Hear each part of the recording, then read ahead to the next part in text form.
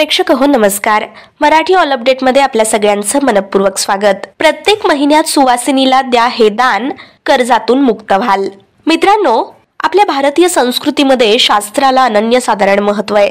शास्त्राधारित असणारी आपली भारतीय संस्कृती तितकीच विवेकवादी देखील आहे. शास्त्रामध्ये आपल्याला अनेक उपाय सांगितले गेलेले आहेत. तर त्याच शास्त्रामध्ये सांगितल्या गेलेल्या कर्जमुक्तीच्या उपायांसंबंधी आज आपण आजच्या भागामध्ये पाहणार आहोत. मात्र व्हिडिओ पुढे पाहण्याआधी अजूनही तुम्ही मराठी ऑल अपडेट या चॅनलला सबस्क्राइब केले नसेल तर अवश्य सबस्क्राइब करा. तुम्हाला देखील आर्थिक समस्या असतील, डोक्यावरती कर्जाचा भार असेल, कर्ज फेडण्यामध्येच तुमची सगळी कमाई जात असेल आणि त्यामुळे तुम्ही देखील नैराश्यात असाल, तर हा उपाय निश्चित रूपाने तुम्हाला तुमच्या नैराश्यातून, तुमच्या आर्थिक अडचणीतून तुम्हाला बाहेर काढू शकतो.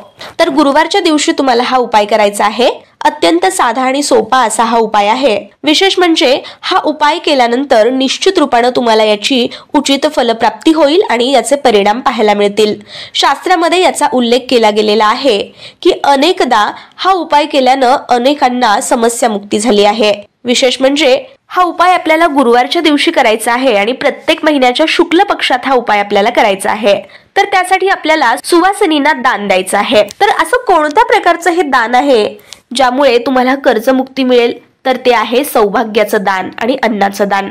मित्रांनो, सौभाग्य आणि अन्न हे अत्यंत उच्च दान मानलं जातं. त्यामुळे या दानाचं पुण्य म्हणून तुम्हाला तुमच्या कर्जातून मुक्ती मिळते आणि समोरच्या सुवासिनीची तृप्ती ही तुम्हाला तुमच्या कर्जमुक्तीकडे घेऊन जाते. तर अत्यंत भावनेने हा उपाय केला तर निश्चित रूपाने याचे शुभ परिणाम पाहायला मिळतील.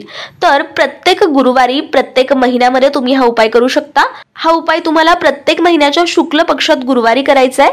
तर गुरुवारी एका सुवासिनीला तुम्हाला अन्नदान करायचं आहे, म्हणजे सुवासिनीला जेवण घालायचं आहे. आणि त्याचबरोबर सुहासिनी ज्याप्रमाणे जेवण आपण घालतो त्या पद्धतीनं एका सुवासिनीला तुम्हाला प्रत्येक महिन्याला 5 गुरुवार तुम्हाला हे दान करायचं आहे. तर 5 गुरुवारी वेगवेगळी सवाशीण असेल तर उत्तम, किंवा तीच एकच सवाशीण असली तरीही चालेल.